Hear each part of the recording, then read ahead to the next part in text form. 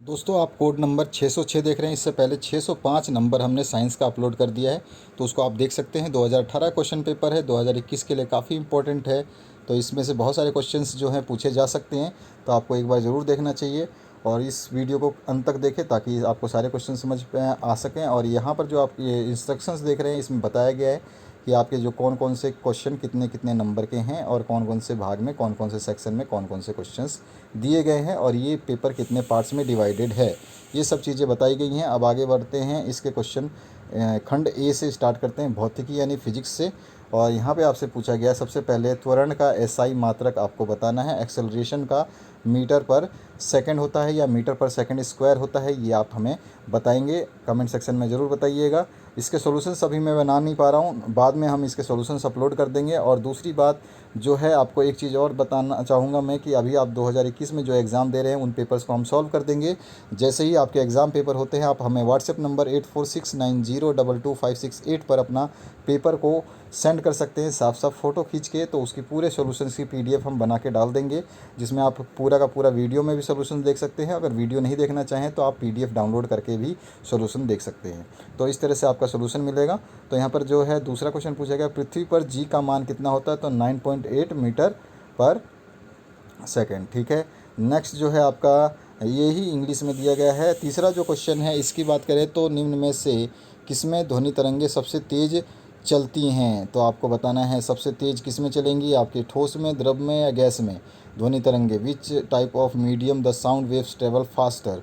इसके बाद में नेक्स्ट जो है विस्थापन और चाल को परिभाषित करना है। डिस्प्लेसमेंट और स्पीड दोनों अलग अलग चीज़ें हैं, इनको डेफिनेशन जो है इनकी बतानी है। न्यूटन के गति का तृतीय नियम यानी थर्ड लॉ जो है न्यूटन का लिखना है। जब किसी घड़ी से एक दरी को पीटा जाता है, छड़ी से सॉरी, जब किसी छड़ी से एक दरी को पीटा जाता है तो धूल के कण बाहर आते हैं। ये स्पष्ट करना है क्यों आते हैं, यानी कि कारपेट को जब हम किसी भी स्टिक से जब उसको बीट करते हैं। उसके बाद में शक्ति क्या है, यानी कि पावर क्या है, और शक्ति का सूत्र और मात्रक आपको बताना है। पावर की यूनिट और पावर का फॉर्मूला जो है आपको बताना है।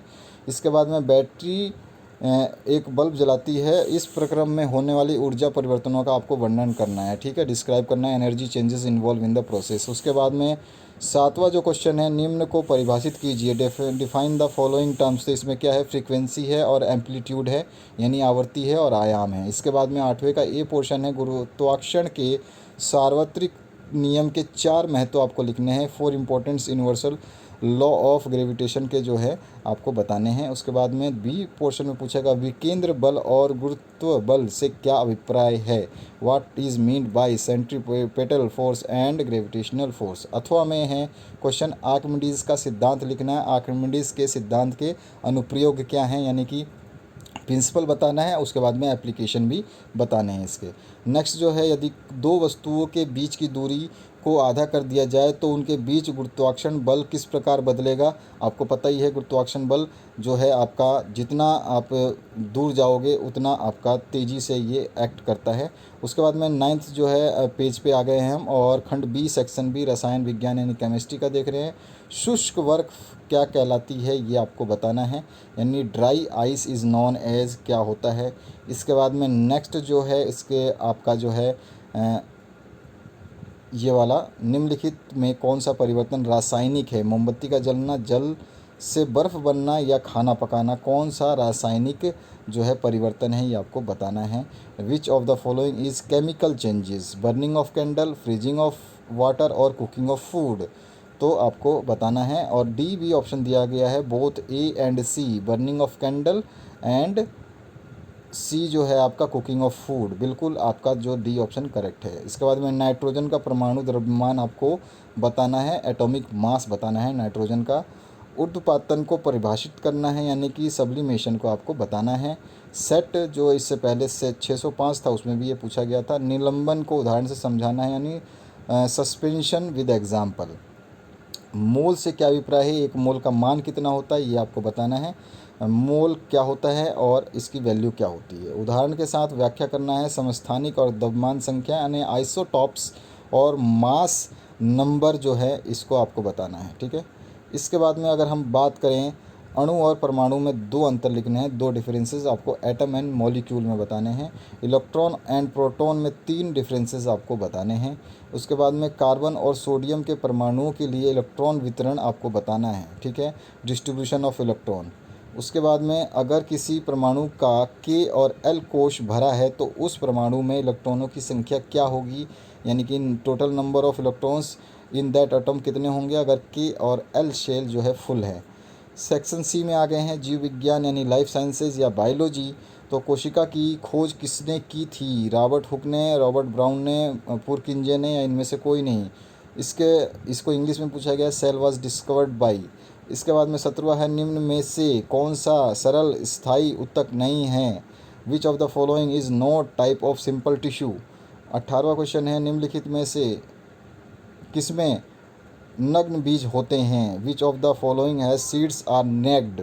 उसके बाद में नेक्स्ट जो है 19वां क्वेश्चन, निम्न में से कौन नवीनीकरण ऊर्जा का स्रोत नहीं है, which of the following is not a renewable source of energy. तो आपका जो कोयला है वो है आपका, और वाटर भी है, ये भी आपका रिन्यूएबल नहीं है, लेकिन वाटर तो हम मान सकते हैं क्योंकि पृथ्वी पर सबसे ज़्यादा वाटर है, तो coal is the right answer. उर्वरक के अत्यधिक उपयोग से क्या होता है, एक्सेसिव यूज़ ऑफ फर्टिलाइज़र से क्या होगा आपका, इससे आपका वायु प्रदूषण होगा, जल प्रदूषण होगा, ध्वनि प्रदूषण होगा, या सभी होंगे। तो सब कुछ हो जाएगा भैया इसकी वजह से। और उसके बाद में क्यों इसकी वजह से, क्योंकि ये बनेगा तब भी प्रॉब्लम होता है ना। विषाणु से होने वाला रोग कौन सा है, डिजीज़ बाई वायरस कौन सा है, डेंगू फीवर है, एड्स है, कॉमन कोल्ड है, या ऑल ऑफ दीज है। तो एड्स जो है वायरस से होता है। और उसके बाद में 22 नंबर जो क्वेश्चन है, प्रोकेरियोटी कोशिका और यूकेरियोटी कोशिका में दो अंतर आपको बताने हैं, दो डिफरेंसेस बताने हैं। पौधों में सरल उत्तक जटिल उत्तक से किस प्रकार भिन्न होता है, सिंपल टिश्यू और आपका कॉम्प्लेक्स टिश्यू, ये बताना है। उसके बाद में जीवों के वर्गीकरण से क्या लाभ हैं, यानी कि एडवांटेजेस ऑफ क्लासीफाइंग। तो क्लासीफाई करने से तो हमें पता चलेगा कि कौन सी चीज़ क्या करती है, उसके क्या फ़ायदे हैं, क्या नुकसान हैं, उसको क्या खाना है, उसको क्या कैसे रखना है, सब कुछ ऐसे ही पता चलता है। असंक्रामक रोग किसे कहते हैं, दो उदाहरण, नॉन इन्फेक्शियस डिजीज़, 2 एग्जाम्पल्स देने हैं इसके। वायुमंडल में पाए जाने वाले ऑक्सीजन के दो रूप कौन कौन से, ये आपको बताने हैं। Oxygen found in atmosphere in which forms. उसके बाद में पशुपालन तथा कुक्कुट पालन के प्रबंध प्रणाली में क्या समानता है, यानी दोनों के मैनेजमेंट में जो है क्या कॉमन डिफरेंस है, ये बताना है आपको। कॉमन चीज़ क्या है, डिफरेंस नहीं, कॉमन क्या है वो बताना है। और मिश्रित मछली संवर्धन से क्या लाभ है, या what are the advantage of composite fish culture. और ऑप्शन में है पशुपालन के क्या लाभ है, what are benefits of cattle farming. और लास्ट जो है इसी का पार्ट, खेतों में खाद तथा उर्वरक का उपयोग क्यों करते हैं, why are manure and fertilisers use in field. तो आशा करता हूँ ये वीडियो देख करके आपको मज़ा आया होगा, और इस वीडियो को आपको जो है दूसरे दोस्तों के साथ ज़रूर शेयर करना है ताकि उन तक ये मदद पहुंच सके और वो लोग भी अच्छी प्रिपरेशन कर सकें। तो आपने देखा साइंस का 606, और इस साइंस का जो अगर PDF आप डाउनलोड करना चाहते हैं तो इसका पासवर्ड आप नोट कर लीजिए, 2233, ठीक है, 2233 2233। Thank you very much for watching this video. Share ज़रूर करिए, और लाइक करना चाहें और सब्सक्राइब करना चाहें तो वो आपकी मर्ज़ी है। शेयर ज़रूर करिए ताकि दूसरे स्टूडेंट तक मदद पहुंचा पाएँ हम। Thank you very much.